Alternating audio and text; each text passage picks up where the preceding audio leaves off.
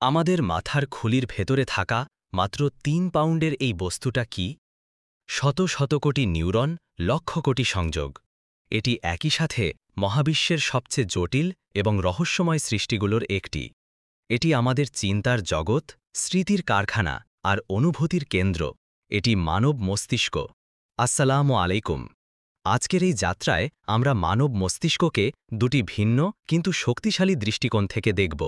একটি হল আধুনিক বিজ্ঞান, যা এর গঠন ও কার্যকারিতা নিয়ে গবেষণা করে। অন্যটি হল ইসলাম, যা এর উদ্দেশ্য, আত্মা এবং প্রজ্ঞার সাথে এর সংযোগ স্থাপন করে। বিজ্ঞান এবং ইসলাম কি সাংঘর্ষিক, নাকি তারা একই মুদ্রার এপিঠোপিঠ? চলুন এই মহাবিস্ময়কে জানার চেষ্টা করি। বিজ্ঞানের চোখে মস্তিষ্ক।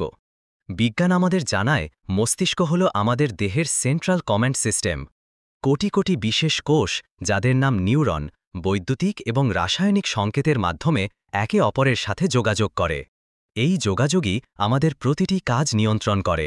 আমাদের মস্তিষ্কের প্রধান অংশগুলো হল সেরিব্রাম। এটি মস্তিষ্কের সবচেয়ে বড় অংশ। এর বাইরের স্তর সেরেব্রাল কর্টেক্স আমাদের চিন্তা, ভাষা, স্মৃতি এবং চেতনার জন্য দায়ী। সেরেবেলাম, এটি আমাদের শরীরের ভারসাম্য ও চলাচল নিয়ন্ত্রণ করে।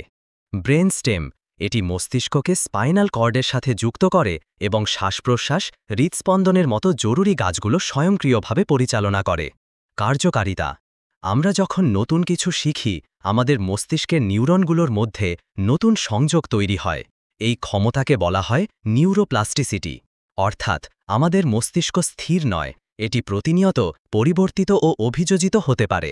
বিজ্ঞান আমাদের দেখায় কিভাবে মস্তিষ্ক কাজ করে, কিভাবে স্মৃতি তৈরি হয়, কিভাবে আমরা সিদ্ধান্ত নিই। কিন্তু বিজ্ঞান এখনও চেতনার বা কনশাসনেসের মতো গভীর প্রশ্নের উত্তর খুঁজছে। এই জটিল যন্ত্রটি কিভাবে আমি অনুভূতি তৈরি করে, তা এখনও বিজ্ঞানের কাছে এক বড় রহস্য। ইসলামের দৃষ্টিতে মস্তিষ্ক ও মন। এবার চলুন দেখি ইসলাম এই বিষয়ে কি বলে। পবিত্র কোরআনে সরাসরি মস্তিষ্ক বা মাগজ শব্দটি আধুনিক বৈজ্ঞানিক অর্থে ব্যবহৃত হয়নি, কিন্তু ইসলাম এমন কিছু ধারণার কথা বলে যা মস্তিষ্কের কাজের সাথে গভীরভাবে সম্পর্কিত। ইসলামে 3টি গুরুত্বপূর্ণ পরিভাষা হল আকল, কলব এবং নফস। ১. আকল। আকল মানে হল বুদ্ধি, প্রজ্ঞা বা বিচার শক্তি। কোরআন বারবার মানুষকে তার আকল ব্যবহার করতে উৎসাহিত করেছে।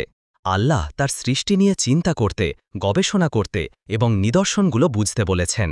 ইসলামের দৃষ্টিতে মস্তিষ্ক হল আকল বা প্রজ্ঞা ব্যবহারের একটি মাধ্যম বা হার্ডওয়্যার।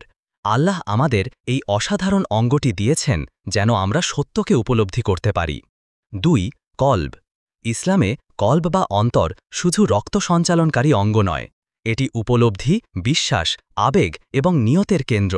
কোরআন বলে অনেকের চোখ থাকা সত্ত্বেও তারা দেখে না, কান থাকা সত্ত্বেও শোনে না, কারণ তাদের কল্প বা অন্তর দিয়ে তারা বোঝে না। আধুনিক বিজ্ঞানও এখন বলছে আমাদের অন্ত্র এবং হৃৎপিণ্ডের সাথে মস্তিষ্কের গভীর সংযোগ রয়েছে, যা আমাদের আবেগ ও সিদ্ধান্তকে প্রভাবিত করে। ইসলাম 1400 বছর আগেই এই আধ্যাত্মিক সংযোগের কথা বলেছে। নফস।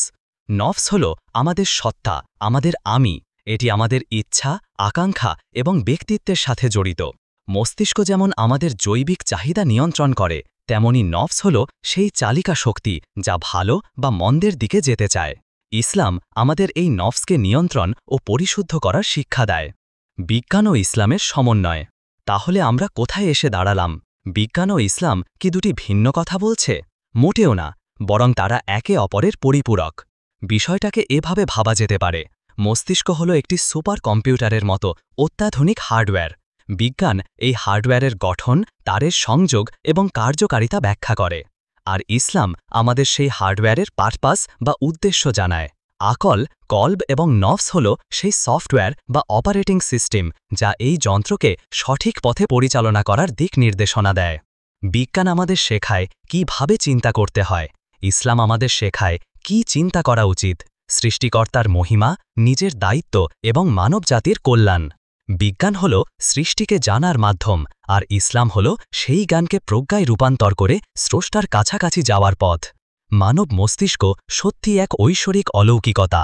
বিজ্ঞান যতই এর রহস্য উন্মোচন করছে, ততই আমরা এর জটিলতার সামনে বিস্মিত হচ্ছি, আর ইসলাম সেই বিস্ময়কে কৃতজ্ঞতায় রূপান্তর করার পথ দেখায়।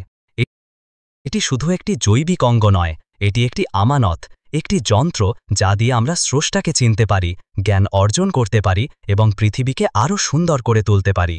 তাই পরেরবার যখন আপনি গভীরভাবে চিন্তা করবেন বা কোনো কিছু উপলব্ধি করে অভিভূত হবেন, তখন একবার থামবেন, ভাববেন আপনার ভেতরের এই মহাবিশ্বের কথা। বিজ্ঞান আপনাকে এর গঠন শেখাবে, আর বিশ্বাস আপনাকে এর স্রষ্টার প্রতি কৃতজ্ঞ হতে শেখাবে। ধন্যবাদ আমাদের সাথে থাকার জন্য।